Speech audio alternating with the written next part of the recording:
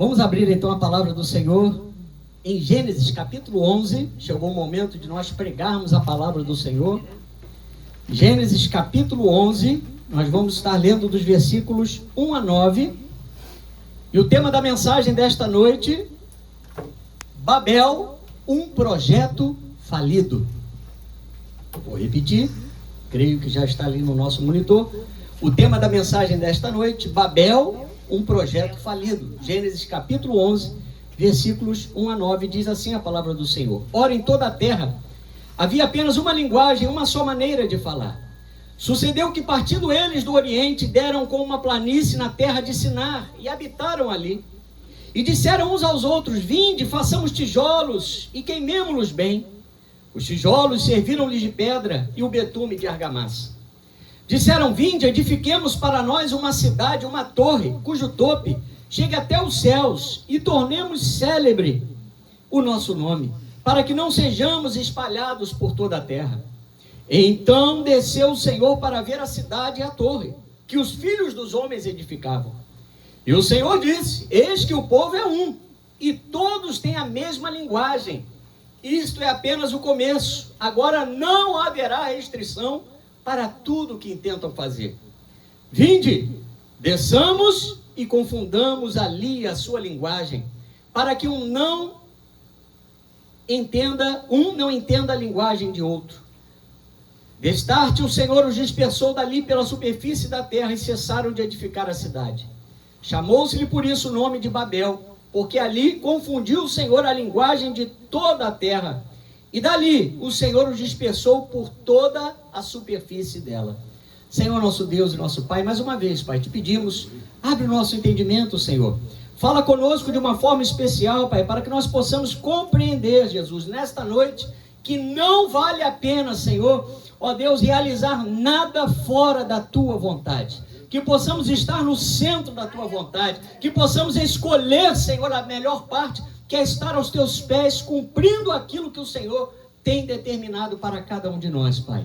Ó Deus, tudo isso nós te pedimos, em nome de Jesus. Você que crê, diga amém. Amados, a Bíblia nos fala que a humanidade sem Deus está caminhando para a destruição. Infelizmente, muitos daqueles que já foram selados para a salvação estão se deixando levar por projetos humanos que não glorificam a Deus. Todo dia é uma novidade, irmãos. O mundo sem Deus tem a arte, tem a experiência, tem a habilidade de realizar coisas, de projetar coisas que não agradam a Deus. E Jesus falou acerca desse momento que nós vivemos, que a igreja está ainda atravessando. Jesus disse em Lucas 17, 26 a 27, que viveríamos dias como os de Noé, onde os homens comiam, bebiam, casavam, davam-se em casamento, até o dia em que Noé entrou na arca e veio o dilúvio e destruiu a todos. Ontem nós tivemos um grande show aqui na cidade.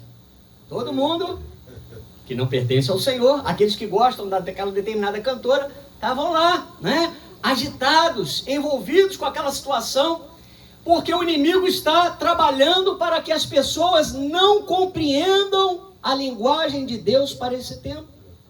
Não estejam atentos aos sinais que antecedem a volta do Senhor. Não estejam atentos aos projetos que estão ferindo a santidade de Deus. O príncipe desse mundo, irmãos, cada vez mais está alienando as pessoas, está distraindo, ocupando as pessoas para que elas não reconheçam Jesus. É tanta novidade, é tanta coisa, é tanta distração que as pessoas não estão querendo, não estão tendo disposição para buscar ao Senhor. Até mesmo os cristãos. Você está percebendo que está faltando muitas vidas. Nós estamos preocupados, temos orado pelos irmãos que estão encontrando dificuldades para estar na casa do Senhor. Mas eu quero dizer para você, não é tempo de nós brincarmos com a nossa fé. Não é tempo de nós levarmos, irmãos, a nossa vida espiritual de qualquer jeito, porque nós estamos atravessando os últimos dias. Estamos na eminência da volta de Jesus.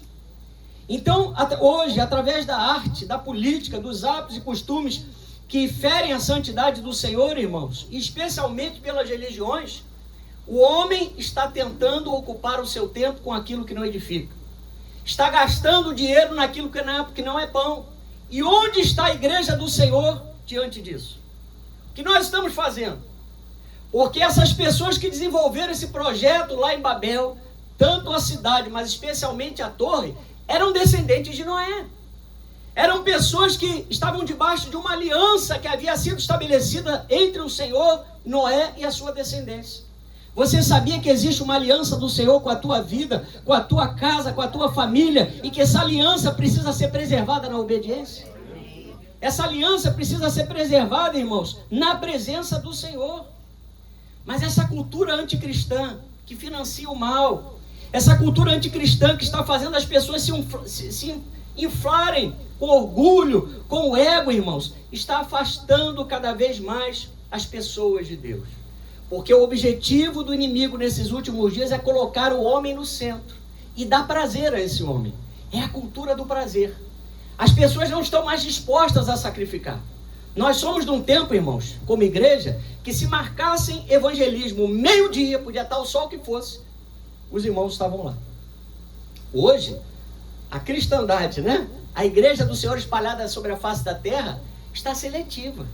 Está frio? Não vou à igreja. Está calor demais? Não vou à igreja. Estou com muita coisa para fazer, não vou ler a Bíblia hoje não. O Senhor vai me perdoar. Estamos vivendo os requintes dessa ultra graça, dessa super graça, como se Deus devesse favores para nós. Mas eu quero dizer para você e para mim também, que o Senhor não nos deve nada, irmãos. É tudo pela graça, é favor e merecido. A graça é favor e merecido de Deus pela nossa vida. E diante daqueles que detêm a verdade pela injustiça, a igreja precisa estar posicionada a favor da santidade e dos bons costumes. Porque Babel representa muito mais do que uma obra que queria chegar ao topo dos céus. Era a arrogância humana, era a pretensão do homem em mudar a religião verdadeira, que era estar na presença do Senhor, conservar aquela aliança e também os costumes. Exatamente o que as coisas que nós estamos vendo acontecer nesses últimos dias. E nós não podemos compactuar com o espírito de Babel que está presente nesse mundo. Diga, eu não posso compactuar com Babel, porque esse espírito continua presente, irmãos.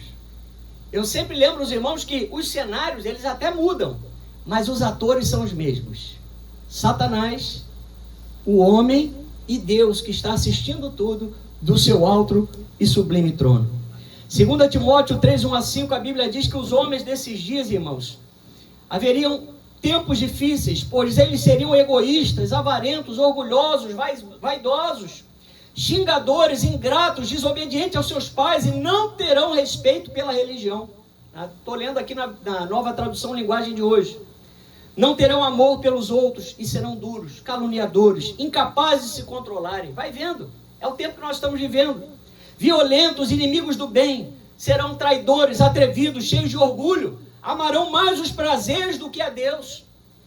Parecerão ser seguidores da nossa religião, mas com as suas ações negarão o verdadeiro Deus e devemos ficar longe dessas pessoas. Então, irmãos, as situações, o mesmo homem primitivo, no sentido de ter essas características lá, que caiu no Éden, que havia caído, havia sido expulso do paraíso, aquela geração que se desviou, que experimentou o juízo, logo após o juízo do dilúvio, aquelas mesmas pessoas que deveriam guardar novamente a santidade, essas pessoas se aproximaram de valores contrários a Deus.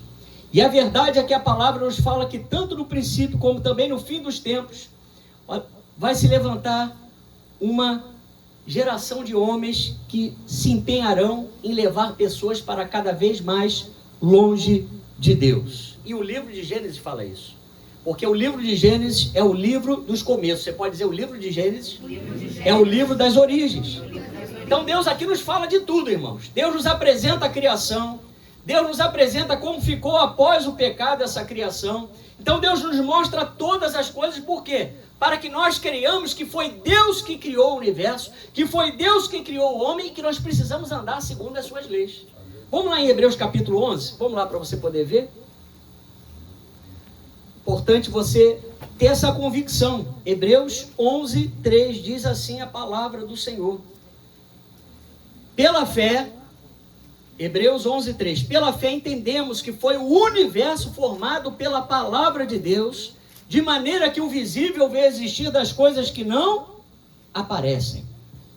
Então veja, desde Gênesis capítulo 1 ao capítulo 11, a Bíblia nos mostra que tudo que Deus realizou antes do dilúvio, como também como ficou a terra após essa inundação. E por que nós estamos falando isso, irmãos? Porque Babel aconteceu com os homens que resultaram dessas pessoas que estavam na arca, que foram poupadas desse dilúvio. A Bíblia diz que por 1 ano e 10 dias aproximadamente a terra sentiu os impactos do dilúvio. Segundo Gênesis 7:20, as águas cobriram até 7 metros a mais do ponto mais alto da terra. Então Deus vem contando. A Torre de Babel não é uma historinha qualquer, como também a arca de Noé não é uma historinha qualquer. Foi uma inundação universal. Diga, foi uma inundação universal. Gênesis 7:23. Nós estamos fazendo aí o contexto para nós chegarmos em Gênesis 11. Gênesis 7:23. Olha aí o que diz a palavra do Senhor.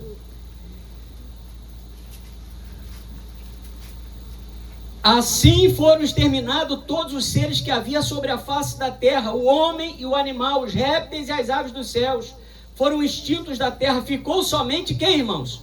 Noé e os que com ele estavam na arca. Aleluia! Então Deus preservou a família de Noé e as suas noras para dar à humanidade um novo começo. Deus te preservou para te dar uma nova história. Deus te resgatou, Deus me resgatou a minha família, a sua família, das mãos do inimigo, para que nós tivéssemos uma vida nova na presença do Senhor. Aleluia! Então essa palavra que nos libertou, ela precisa ser compartilhada com todos, irmãos.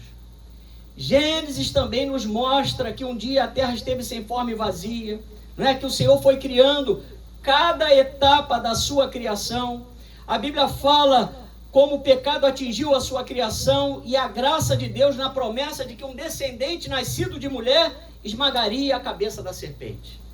Mas também o mesmo Gênesis, o mesmo livro nos mostra a origem das culturas, a origem das cidades, a origem da pecuária, da metalurgia, da poesia, da música e também a origem das nações e das línguas. Porque há muitas teorias humanas, científicas, mas nós que acreditamos no Senhor, nós ficamos com o que diz a palavra de Deus, porque a Bíblia é a verdade. Diga glória a Deus por isso. Diga, a Bíblia é a verdade. Então Paulo, ele lá em Atenas, em Atos 17:26, ele reconhece isso. Naquele discurso de Paulo no Areópago, ele diz, olha, de um só, Deus fez toda a raça humana para habitar sobre toda a face da terra, havendo fixado os tempos previamente estabelecidos e os limites para a sua habitação. Então Deus criou o homem a partir de Adão e Eva, a humanidade foi se multiplicando, mas Deus colocou limites. Diga, Deus colocou limites. Deus colocou limites. E o homem vem atravessando esses limites que Deus impôs para a humanidade. Para entendermos então o que representou a Torre de Babel em Gênesis 11, irmãos, é preciso imediatamente no contexto pós-dilúvio. A Bíblia diz então que, contemplados os dias da inundação das águas do dilúvio, Noé e sua família saíram da arca. E entre algumas recomendações eu destaquei duas que fazem o contexto aqui para esse novo momento da humanidade. Em Gênesis 9:1 a ordem de Deus foi: abençoou Deus a Noé e a seus filhos e lhes disse, sede fecundos, multiplicai-vos e enchei a terra. Diga, multiplicai-vos e enchei a terra. Presta atenção, foi a ordem do Senhor para Noé e sua família nesse novo mundo, a qual a sua casa, a sua família havia sido preservada. E a segunda regra mais importante dada ao Senhor a Noé foi que Deus proibiu o assassinato, acrescentando o aviso de que se alguém derramasse o sangue do homem, pelo homem se derramaria o seu. Ou seja, Deus estava criando o meio necessário para que o homem pudesse organizar a vida em sociedade.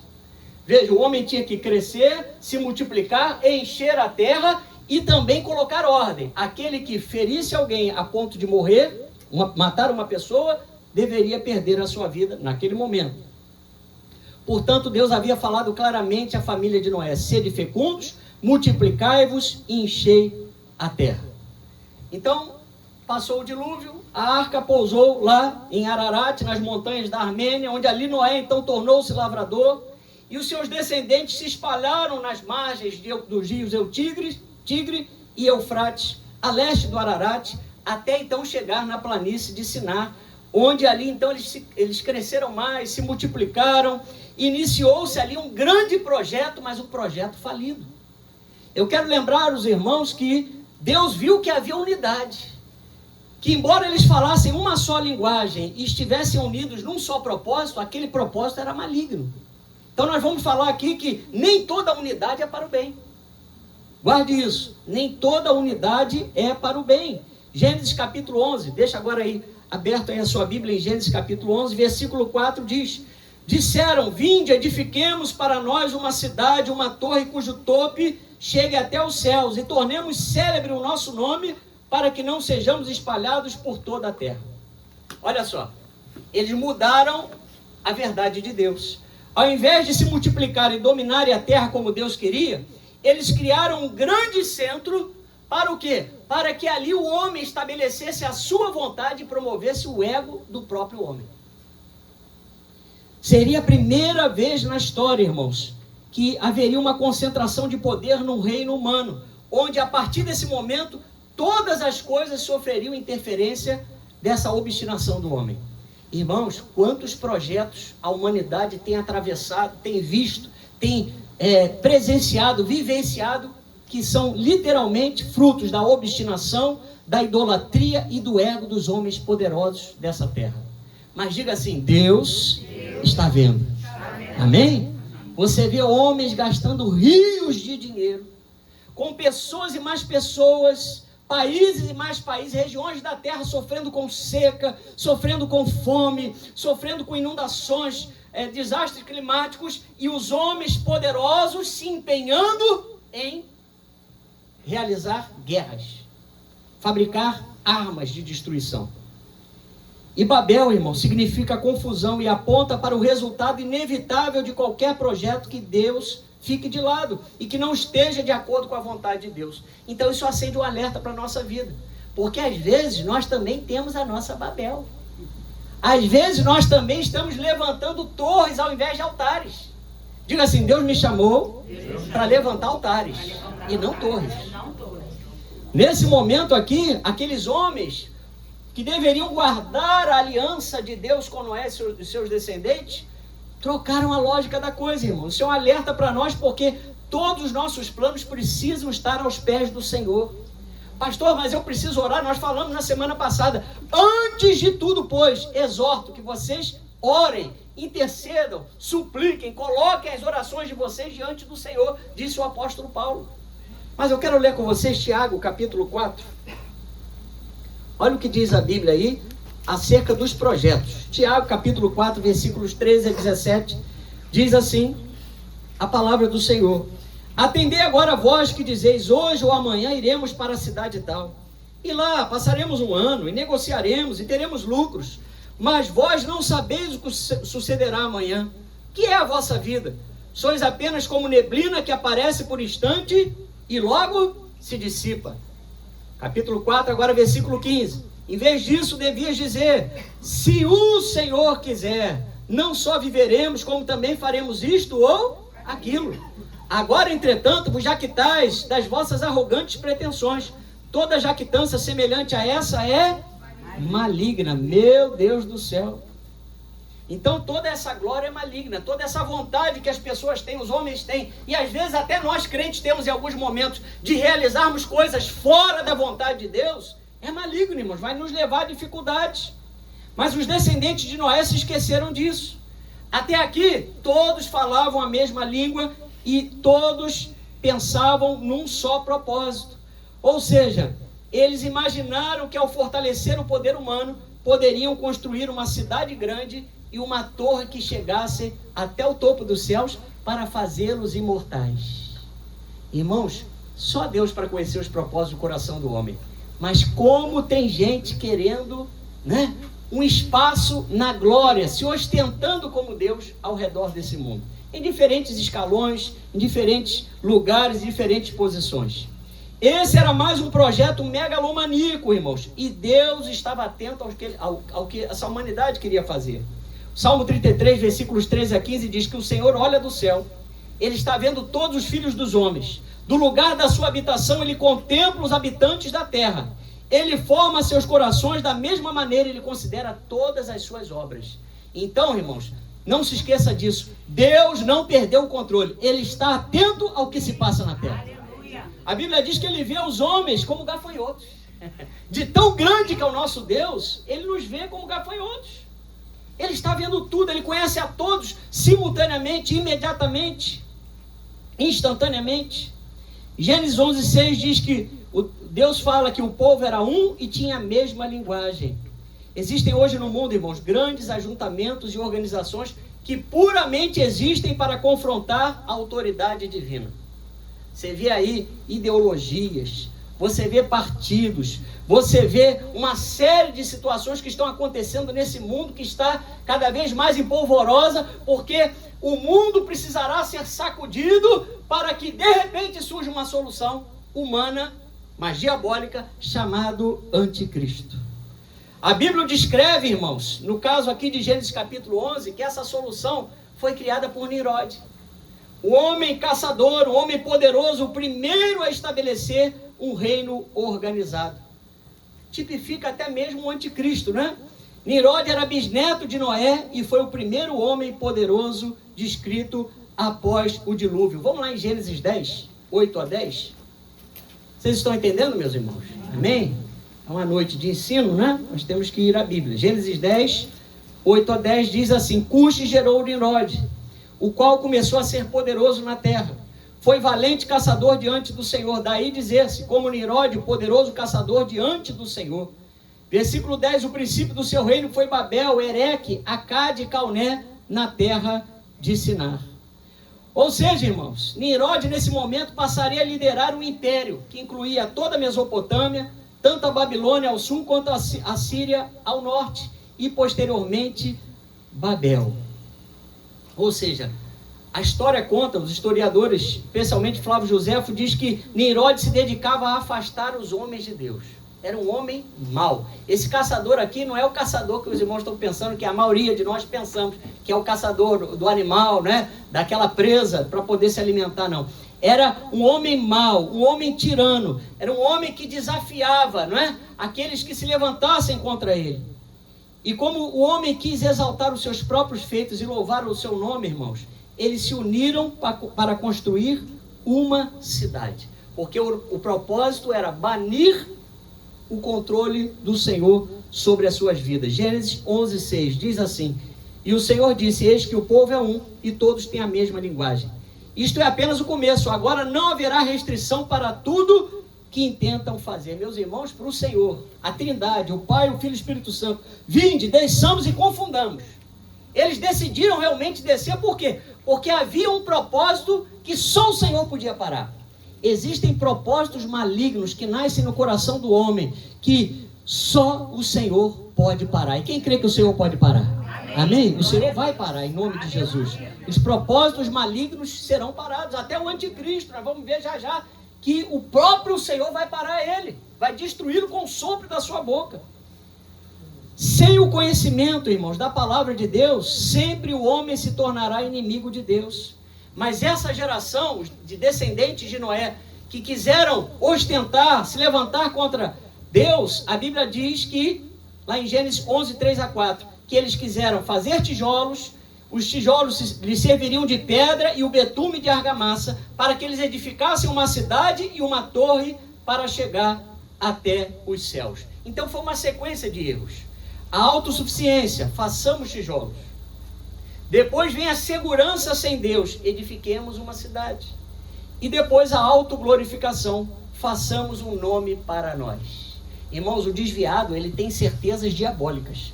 Porque o diabo coloca na mente do desviado que ele está melhor longe de Deus.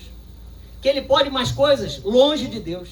Que ele pode ser mais feliz longe do Senhor, longe da casa de Deus, longe da comunhão com o seu Criador. Mas eu quero dizer para você nessa noite que os verdadeiros projetos são aqueles que glorificam a Deus. Esses têm o amém do Senhor. Aleluia. E se existe um pecado, irmãos, que Deus abomina, é a soberba e a pretensão. Porque a unidade dos homens em Babel apontava para o quê? Ferir os princípios de Deus. E Deus está sempre atento ao que se passa em nossos corações. Irmãos, ninguém pode atentar contra Deus. Diga, ninguém pode atentar contra Deus. Dessa religião que Nimrod criou em Babel, irmão, surgiu todo tipo de religião falsa. A ponto do apóstolo João, lá em Apocalipse, no último livro da Bíblia, em Apocalipse 17:5, chamar de a grande Babilônia, a mãe das prostituições e abominações da terra. O que é a grande Babilônia? Teve princípio lá em Babel. Representa, irmãos, todo o sistema, todas as práticas anticristãs, todo o sistema financeiro, político e social que se levantará nos últimos dias, dominado por um homem que se levantará contra Deus e contra tudo que se chama pelo nome de Deus. Mas pode ficar tranquilo, porque nós cremos que a igreja não estará mais na terra no governo do anticristo. Se você crê nisso, glorifica Jesus. Aleluia! Mas como eu falei, irmão, Satanás continua o mesmo, ele é obstinado. Mas por outro lado, Deus também não deixa passar, porque aqueles que se levantam contra Deus serão envergonhados. Nem mesmo Nabucodonosor, o grande rei, poderia ultrapassar os limites que Deus impôs ao homem. Lembra de Nabucodonosor? No auge do seu império, no auge das suas realizações, Daniel 4:30 diz que ele falou assim: não é esta grande Babilônia que eu edifiquei para a casa real, com o meu grandioso poder e para a glória da minha majestade? Olha, irmãos, tem coisas que é melhor, se passou na sua cabeça, e na minha, já estaria errado, mas nós não podemos falar. Lembra, nem Deus afunda esse navio? Vou tomar um copinho d'água. Água, balde de Moriá. Que haja água, irmãos. Tem coisas que nós falamos que parece que nós não pensamos. Nós desafiamos a soberania de Deus. Os homens estão brincando com a genética. Os homens estão brincando com limites que Deus estabeleceu. Porque Deus, tudo que Deus criou e estabeleceu como verdade, não pode ser o quê? Transformado, mudado, alterado pelo homem. Porque Deus jamais pune um inocente, mas ao culpado ele não tem por inocente. Daniel 4:33, irmãos, Deus estava atento ao que Nabucodonosor falou naquele momento. Diz a Bíblia em Daniel 4:33 que no mesmo instante se cumpriu a palavra sobre Nabucodonosor e foi expulso de entre os homens e passou a comer erva como os bois, e o seu corpo foi molhado do orvalho do céu, até que lhe cresceram os cabelos como as penas da águia e as suas unhas como a das aves. Ele ficou com seu corpo molhado pelo orvalho durante 7 anos, se comportando como animal. Quando nós não damos glória a Deus, quando nós não chamamos o Senhor para o centro da nossa vida, para os nossos projetos, e nos obstinamos por isso, nos tornamos envaidecidos por coisas que nós conquistamos, por coisas que nós podemos realizar, irmãos, Deus nos faz comer capim, e eu não quero comer capim. Quem gosta de comer capim, diga amém. Ninguém, glória a Deus. Só gosta de comer, né? Coisas maravilhosas, né? Aquilo que o Senhor permite que nós comamos. Mas você e eu não fomos criados para comer capim. O projeto dessa torre, irmãos, em Cinear, era de fato um grande empreendimento com a marca humana. Mas aquele projeto não glorificava o Senhor. Pensa aí, o que você tem planejado? Está no centro da vontade de Deus? Vai agradar a Deus? Vai glorificar o nome do Senhor? Porque a história, irmãos, nos mostra que a soberba adora monumentos. Você sabia disso? A soberba adora monumentos. A história está aí para provar. Faraó ergueu, segundo as pesquisas arqueológicas, cerca de 138 pirâmides. 138 pirâmides para dizer o seguinte: olha, eu posso, eu sou o rei do Egito, eu sou o faraó. Depois nós temos Nabucodonosor, que fez o jardim suspenso da Babilônia, que ficavam em 6 terraços construídos em andares. Cada andar tinha 120 metros quadrados apoiados em colunas gigantes. Irmãos, e aonde nós vamos no mundo até hoje, nós vemos o quê? As realizações humanas. O que é Dubai? O que são as torres que os homens levantam para, né, mostrar que tem poder, né? Que vão ficar afamados, que vão ficar eternizados sobre a terra através das suas realizações. Babel é um símbolo da apostasia declarada e afrontosa contra o Senhor, porque tira Deus do centro para colocar o homem e outros deuses no seu lugar. Então, irmãos, até esse momento, até Gênesis 11, não havia tido ainda registro de ídolos de pedra ou de barro sobre a terra. Mas agora o ser humano começaria o quê? A edificar ídolos, a construir ídolos. E segundo consta os historiadores, Em Babel foram criados mais de 650 divindades. Então, para você ver como é que um erro vai chamando o outro. Um abismo vai chamando outro abismo. Aquela aspiração em Babel era atingir os céus. E para Deus era uma infâmia, irmãos. Porque o céu é onde está o trono do nosso Deus. Diga, no céu está o trono do nosso Deus. É o lugar do repouso do Senhor. Atos 7,49 diz: o céu é o meu trono e a terra o estrado dos meus pés. Que casa me edificareis, diz o Senhor? Ou qual é o lugar do meu repouso? Então, o nosso Deus está no céu. O céu, irmãos, é impenetrável. Se não for por Jesus, nós não conseguimos penetrar o céu. Mas intoxicados pela proeza e pela força, aqueles homens acreditavam que eles tinham se tornado deuses para construir o seu próprio mini universo. E, irmãos, essa mentalidade está entrando nas igrejas. Porque nós estamos, ao invés de adequar a nossa vida à palavra, nós estamos criando universos paralelos à palavra. Estamos querendo manipular Deus. Estamos querendo trabalhar o evangelho à nossa maneira. Estamos construindo torres do nosso jeito, ao invés de altares. E eu quero perguntar a você o que você tem edificado na sua vida. Porque a religião que Nirode deu início ali contaminaria o mundo todo. Contaminaria a tal ponto que até hoje, vamos lá em 1 João 4,3, a Bíblia diz que esse espírito ainda se faz presente no mundo, o espírito anticristão, o espírito do anticristo. 1 João 4,3. Eu posso ouvir um glória a Deus? Glória a Deus. Amém. Olha, irmãos, é a primeira vez na vida que eu estou pregando sobre Babel. Como eu aprendi coisas tremendas com esse texto aqui. Vou dizer para os irmãos. 1 João 4,3. E todo espírito que não confessa a Jesus não procede de Deus. Pelo contrário, este é o espírito do anticristo, a respeito do qual tendes ouvido, que vem e presentemente já está no mundo. Viu? Então, assim como em Babel os homens estavam unidos por essa ideologia contrária a Deus, irmãos, da mesma forma o mundo de hoje caminha na contramão do Senhor. Você vê que as nações estão se tornando, muitas delas, ateias, não estão mais acreditando em Deus. As pessoas estão agora afundadas no relativismo moral, no marxismo cultural, na desconstrução dos valores cristãos. E isso, irmãos, acontece por quê? Por causa do dedo do homem na história. Ao invés de nós reconhecermos a Deus por meio das coisas que foram criadas e reconhecermos que a única fonte de autoridade para falar conosco é a palavra de Deus, porque esta palavra nos leva ao céu, esta palavra nos leva à presença do Senhor, o que nós fazemos? As pessoas lá fora não acreditam na boca do Senhor que fala através da sua palavra. Mas a Bíblia diz que esse espírito já está no mundo. Digo, o espírito do anticristo já está no mundo.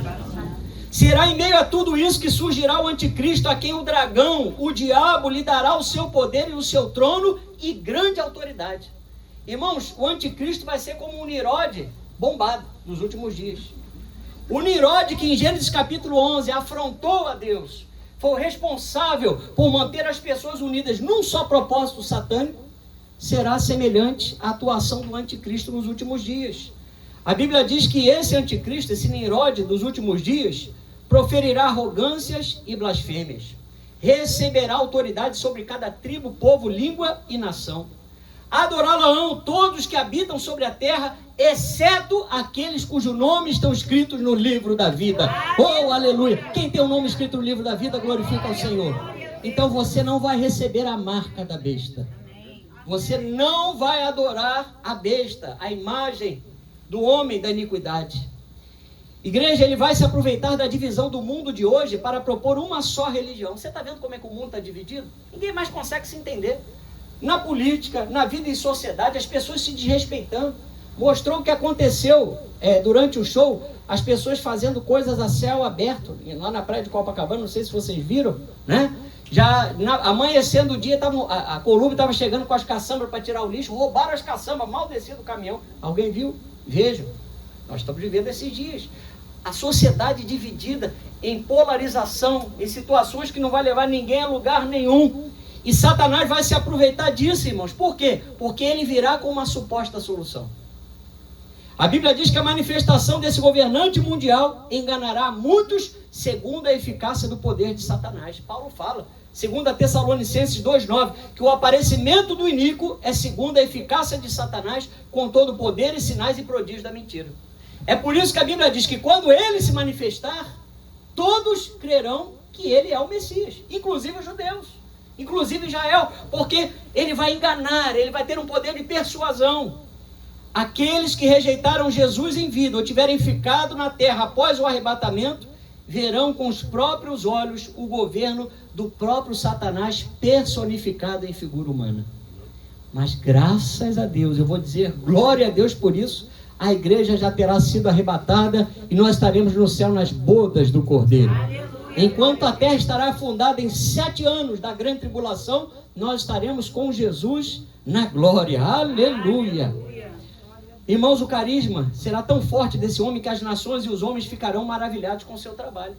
O que você acha que naquele momento, lá em Gênesis capítulo 11, Nimrod conseguiu essa mobilização toda? Porque certamente poderia ser um homem violento? Sim. Poderia ser um homem arrogante? Sim. Mas ele tinha um carisma. E o inimigo sabe como trabalhar. O inimigo sabe como manipular as pessoas para realizar os seus propósitos. Acontece isso muito, irmão. A Bíblia diz, ele será tão forte em seu carisma que as nações e os homens ficarão maravilhados. Apocalipse 13:3 diz que ele operará grandes sinais de maneira que até fogo do céu ele fará descer à terra.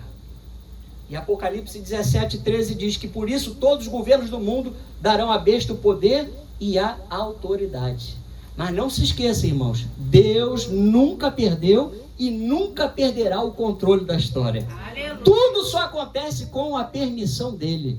A luta que você está atravessando, a perseguição que você está atravessando, o mar difícil que você está atravessando, essa tempestade que você está atravessando, tem dia e hora para terminar em nome de Jesus.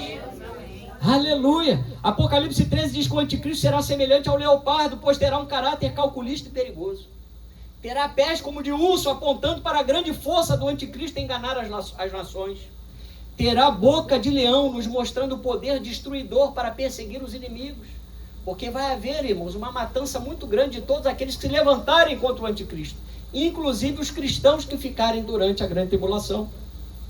Mas lembre-se, o espírito anticristão já opera neste mundo, assim como o Nimrod. Irmãos, Nimrod foi o primeiro, mas existiram outros tipificações de anticristo no mundo. Nós tivemos os impérios ao longo da história, Assírio, Persa, Babilônico, a Macedônia, Roma, Stalin na ex-União Soviética, Lenin na Rússia e muitos outros personagens históricos que não glorificaram a Deus. Foram projetos de morte, projetos de destruição, projetos comunistas, projetos que faziam a humanidade sofrer e se afastar de Deus.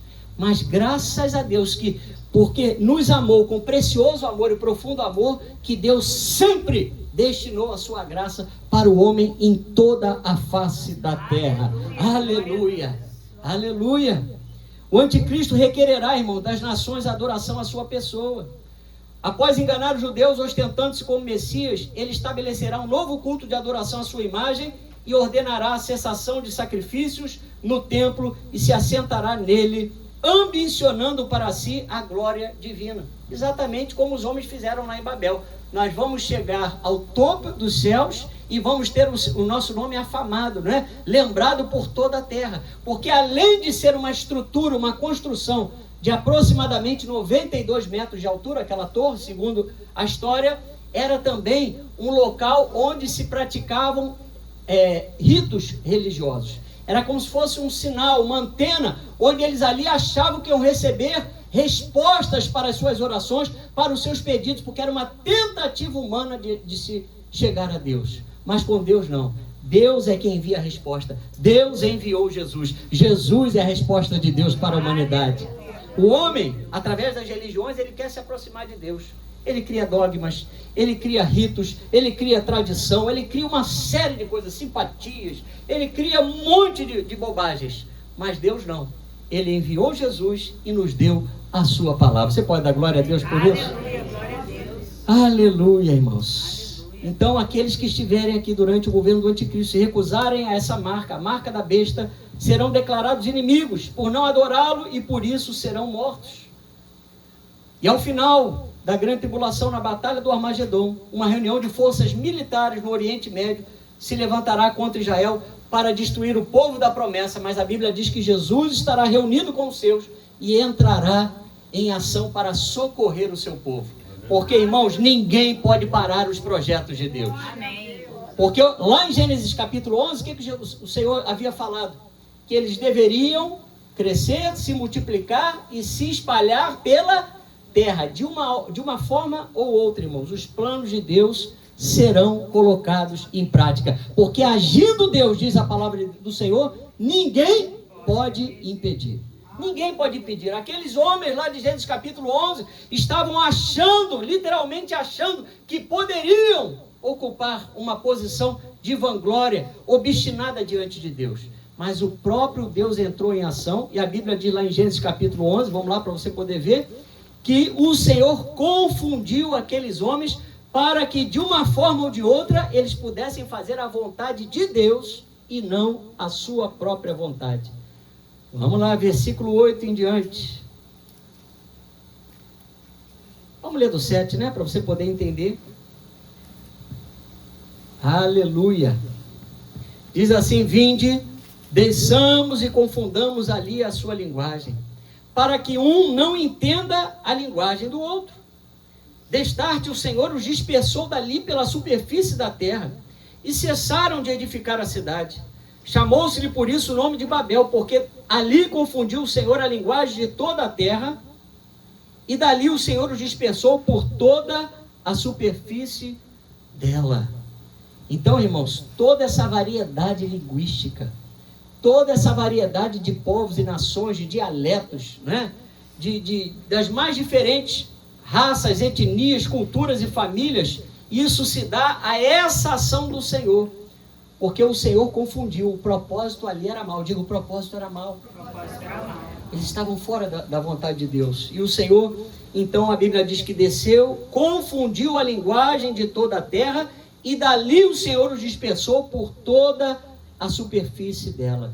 Eu quero dizer que quando os projetos do homem, os projetos onde o homem é exaltado, ou onde Satanás quer receber adoração, já são projetos falidos diante de Deus. Você pode glorificar a Deus por isso? Projetos onde o homem, ele se exalta, onde Satanás quer receber adoração, já são considerados projetos falidos, com dia e hora para terminar, irmãos. Com Babel não seria diferente. Deus confundiu as línguas para que a humanidade fosse dispersa pela terra. Porque, na verdade, a vontade de Deus sempre foi que a humanidade se espalhasse pela terra para o quê? Para falar do amor de Deus, para falar, para anunciar o poder do Senhor, para falar desse Deus que faz alianças. Lembra lá em Marcos capítulo 16? Vamos lá para você poder ver. Ou melhor, Mateus capítulo 28. Aleluia.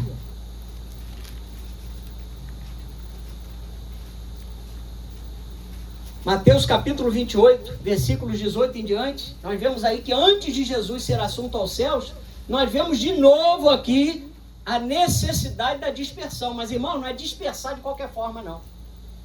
Lembra lá que quando Deus criou Adão e Eva, eles deveriam ser fecundos e se multiplicar, né? Aí veio, né, a união, antes do dilúvio, a união da descendência de Sete com os de Caim.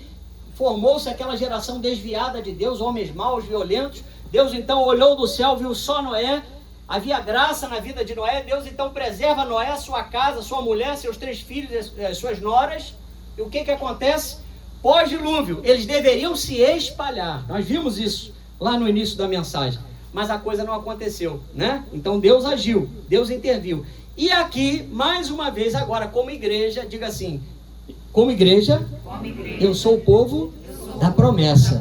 Então nós damos continuidade o quê? A essa ação de Deus para que nós venhamos a levar o evangelho agora. Olha lá. Jesus, aproximando-se, falou-lhes dizendo: toda a autoridade me foi dada no céu e na terra. Ide, portanto, fazei discípulos de todas as nações. Para ser discípulo de todas as nações não tem como ficar parado no mesmo lugar. Por isso a dispersão. Deus queria que, através daquela aliança feita lá em Gênesis capítulo 9, entre o Senhor Noé e a sua descendência, essa descendência de Noé, através de Sem, Cão e Jafé, eles levassem o poder de Deus, o nome do Senhor, a todos os cantos da terra. E essa é a missão da igreja, irmãos. Talvez nós nunca venhamos, estou dando um exemplo, você e eu nunca venhamos a cruzar a fronteira do nosso país, mas aonde quer que nós passemos, seja dentro da nossa cidade, do nosso município, ou até em outro município próximo de nós, nós temos que levar o amor de Deus às pessoas. Aleluia. Nós temos que falar desse Deus que nos salvou, desse Deus que nos poupou, porque, irmãos, Deus te deu uma missão, para você aparelhar a arca para a salvação da tua vida e da tua família. Quem recebeu essa missão, diga glória a Deus. Porque em breve, o juízo de Deus vai alcançar este mundo, como aconteceu nos dias de Noé. Tem gente que fala, Pedro fala, né, que não retarda o Senhor a sua promessa, como alguns julgam demorada. Tem gente que fala, não é possível, eu já me converti, desde criança eu sou convertido a essa história de volta de Jesus, Jesus nunca voltou. Meus irmãos, a Bíblia diz que o Senhor ainda não voltou, porque Ele quer que as pessoas se convertam. É desejo de Deus que todos cheguem ao pleno conhecimento da verdade. Mas para isso, irmão, nós temos que nos espalhar. Diga assim, eu preciso me espalhar. Sair da zona de conforto. Você quer ver essa igreja crescer? Diga glória a Deus. Vamos evangelizar, irmãos.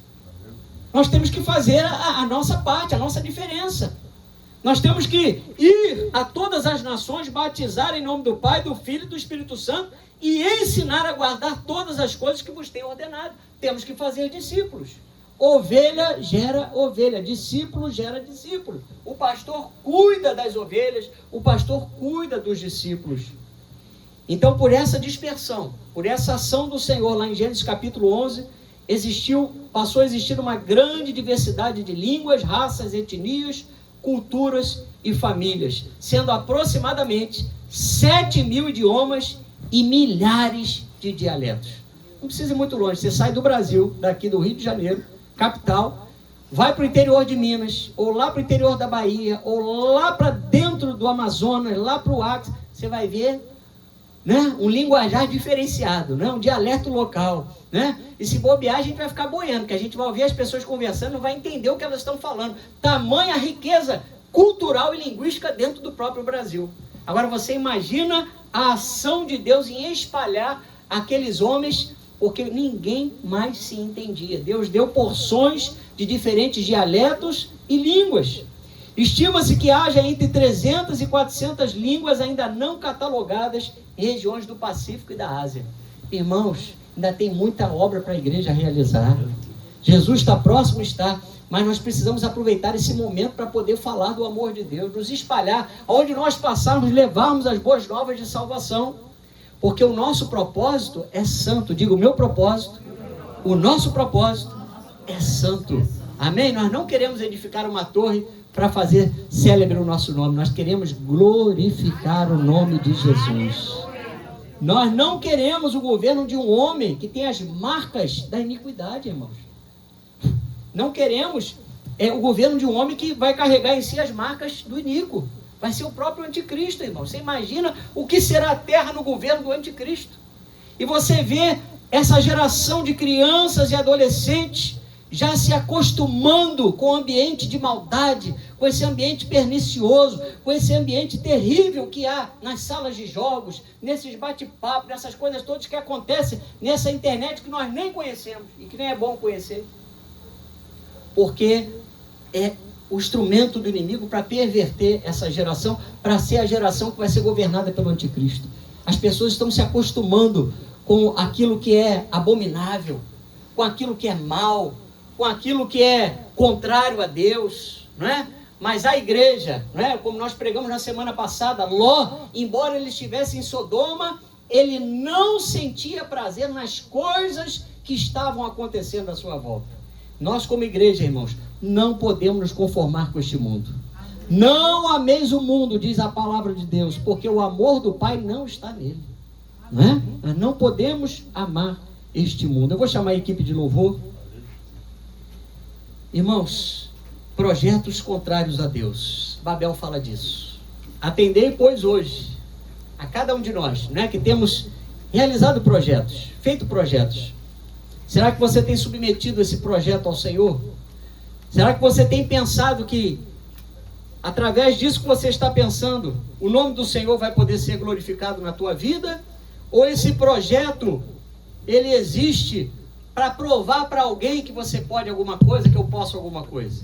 Então nós temos que pensar muito bem nisso, irmãos, porque Babel representa confusão.